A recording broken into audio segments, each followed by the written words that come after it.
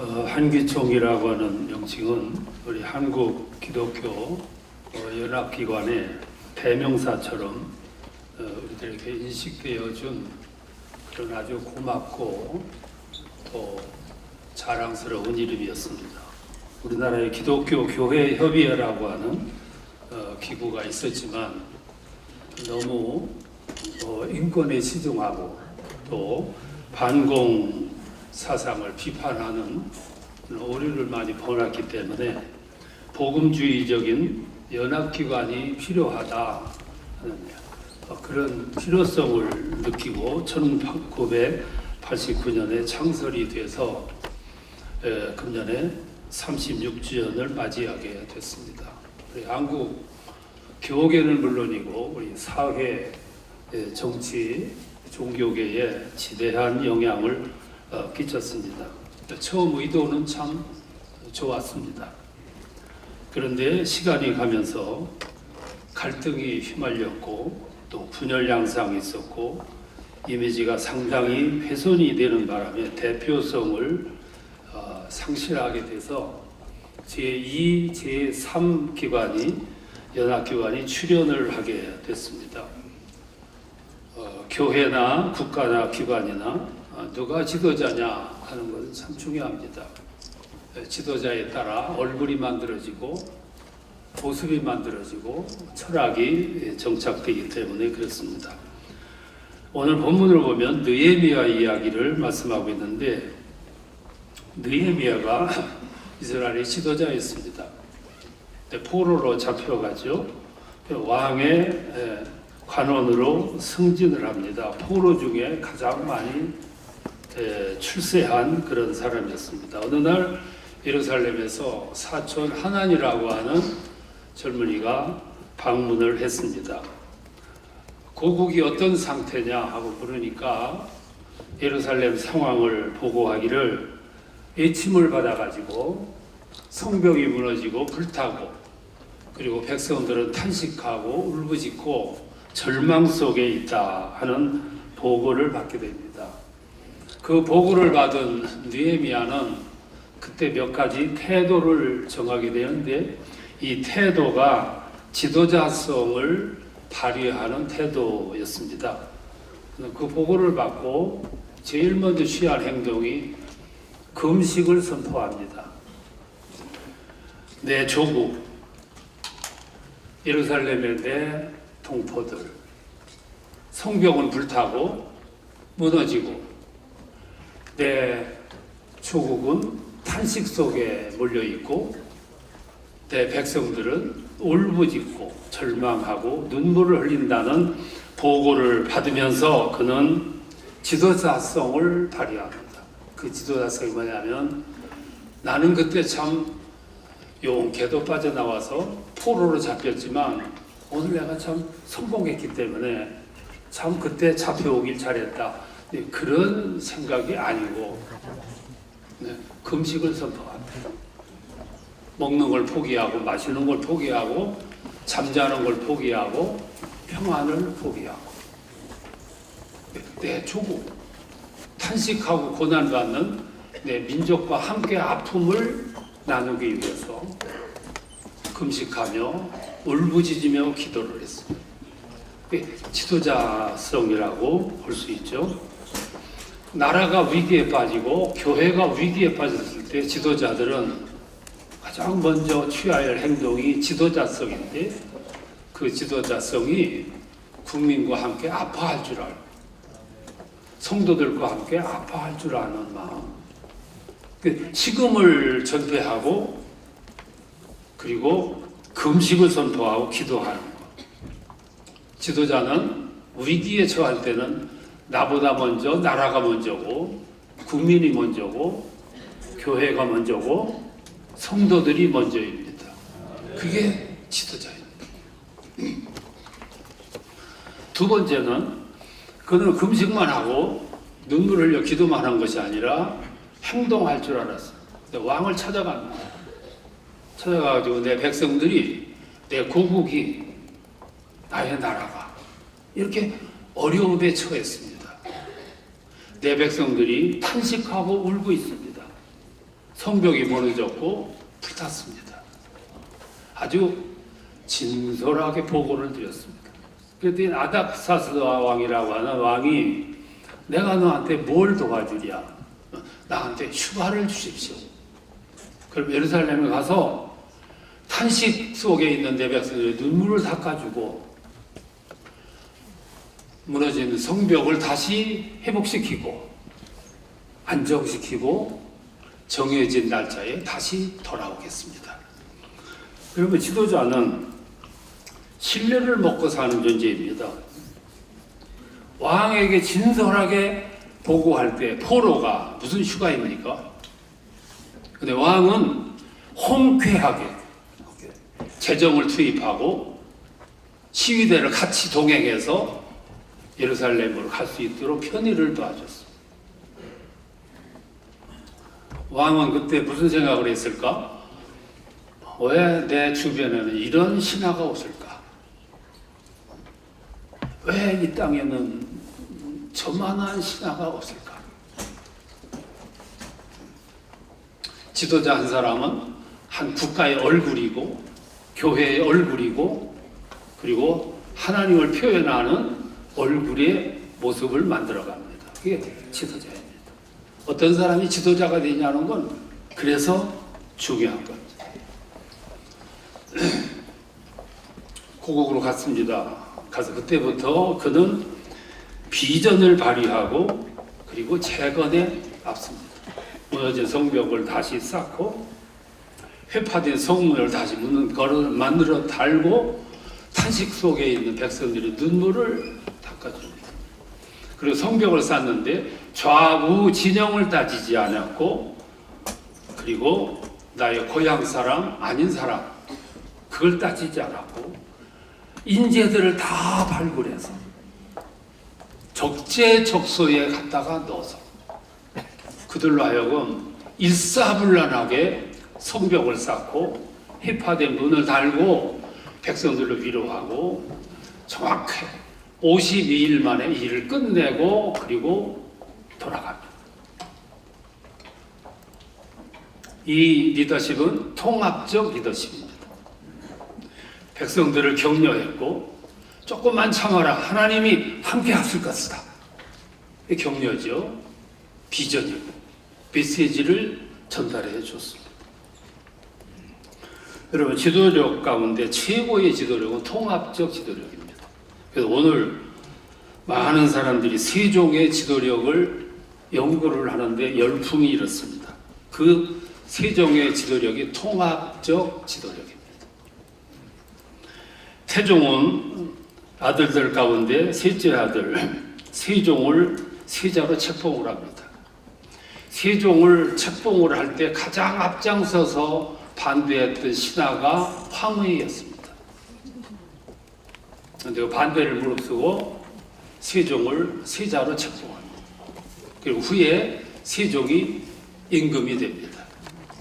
임금이 되자마자 취한 행동이 첫 번째 행동이 뭐냐면 자기가 세자로 책봉할 때 가장 반대했던 황의를 승진시켜서 정승 자리에 앉힙니다. 그래서 황의정승이라는 사람이 탄생하게 된 거예요. 내가 세자로 책봉될 때 가장 반대했던 사람. 여기 메시지가 있잖아요. 오늘 우리 사회에 주는 묵직한 메시지가 여기 있어요. 나를 가장 반대했던 사람을 가장 오른팔로 정성으로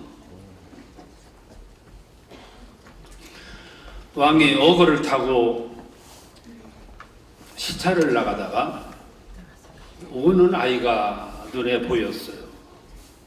부모를 잃고 거리를 헤매고 있는 어린아이를 봤어요. 어거에서 나와서 아이에게 부모를 찾아주고 다시 출발을 했어요. 가다가 보니까 만삭된 여인이 노비가 일하고 있어요. 돌아와가지고 노비에게도 산유 휴가를 주어라. 법을 창제를 합니다. 여러분 임금의 눈에 행차차 길을 가다가 부모를 잃어버리고 우는 아이가 눈에 보였어요. 만삭된 노비가 일하고 있는 모습이 임금의 눈에 보였어요. 이건 사건입니다. 사건. 이걸 가리켜서 우리는 통합적 리더십이라 그래요.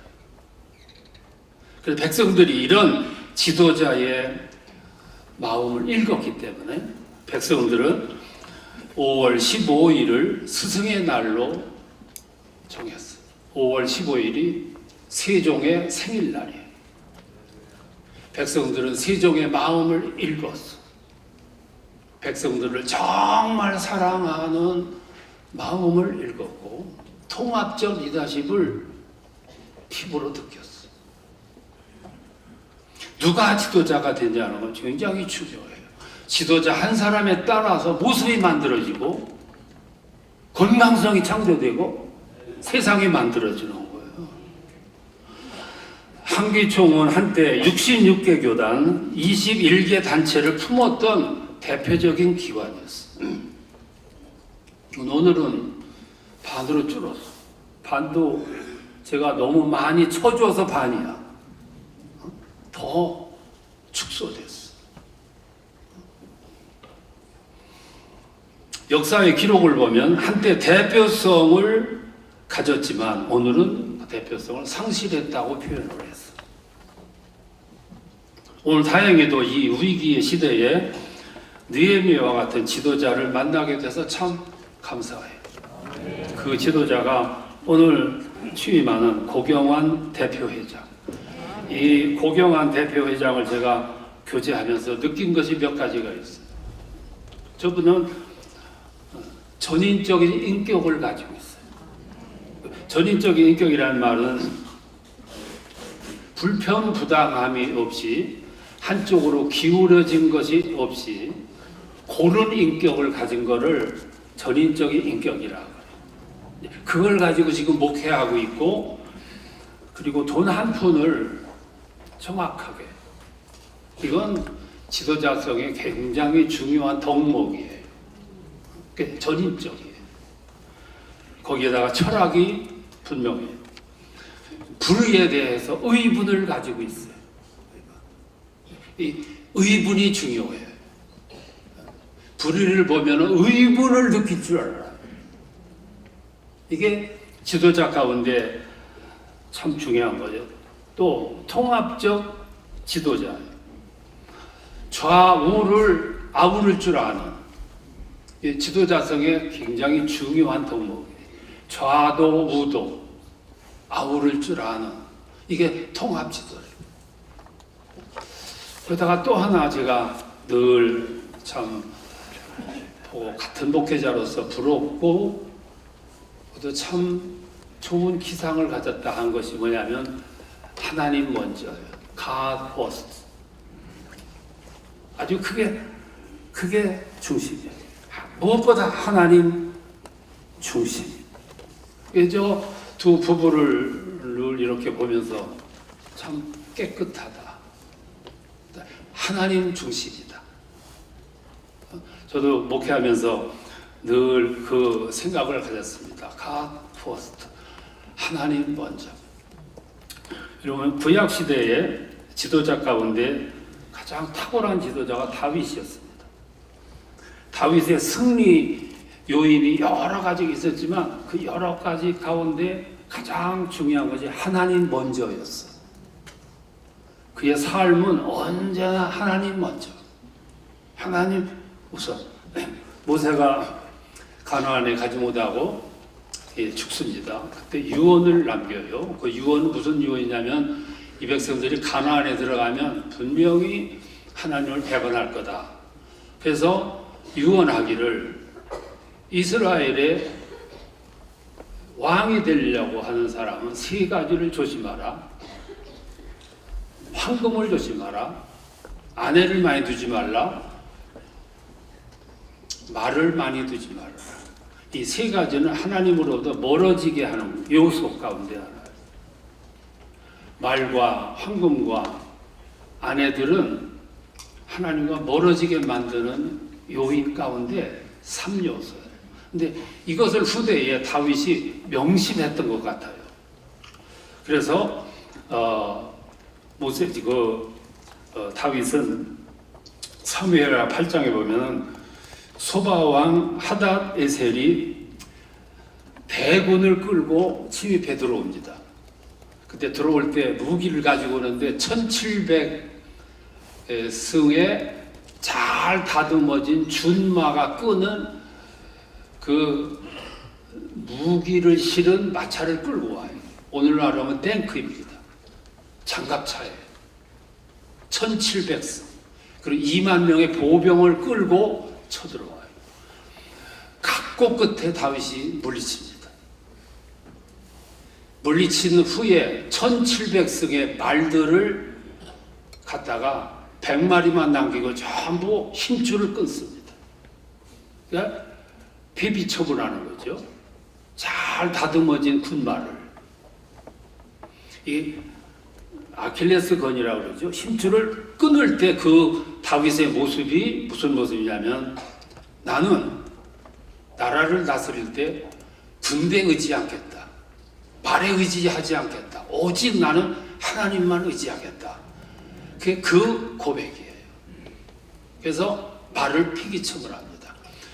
힘줄을 끊는 다윗의 모습을 저 위에서 내려다보시는 거예요.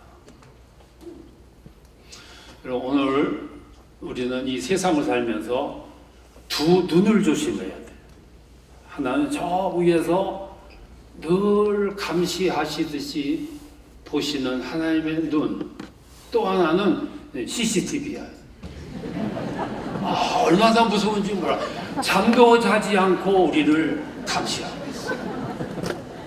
이 두 눈을 조심해야 돼.